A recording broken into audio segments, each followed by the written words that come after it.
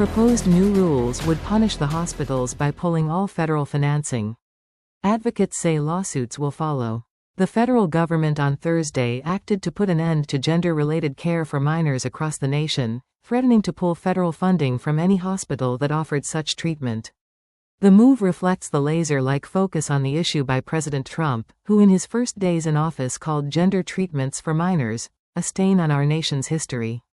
The administration's action is not just a regulatory shift but the latest signal that the federal government does not recognize even the existence of people whose gender identity does not align with their sex at birth. If finalized, the proposed new rules, announced by Health Secretary Robert F. Kennedy Jr. at a news conference Thursday morning, would effectively shut down hospitals that failed to comply.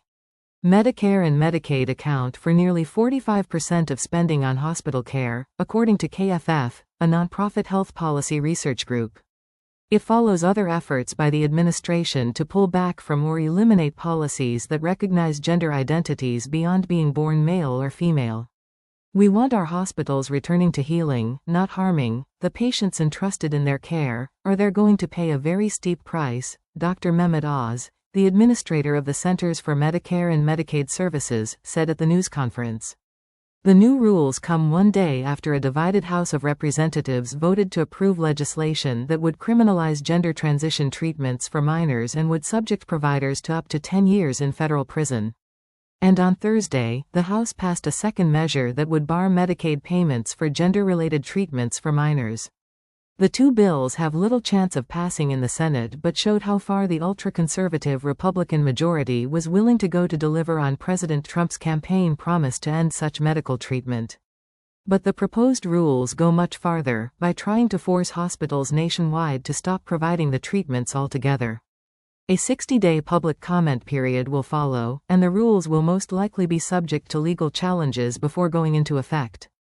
If finalized, the rules would be a death sentence. Hospitals have such razor-thin margins as it is, said Caroline Farrell, a former CMS lawyer, and now an attorney with the firm Foley Hoag.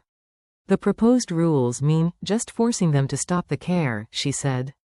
Gender-related treatments for minors, which can include puberty-blocking drugs, hormone therapies and, in rarer cases, surgeries, have been a subject of fierce debate worldwide but are endorsed by most medical groups in the United States.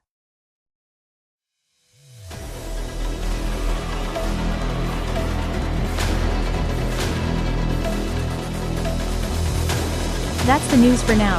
Thanks for being with us. The news continues on this channel. Have a great time.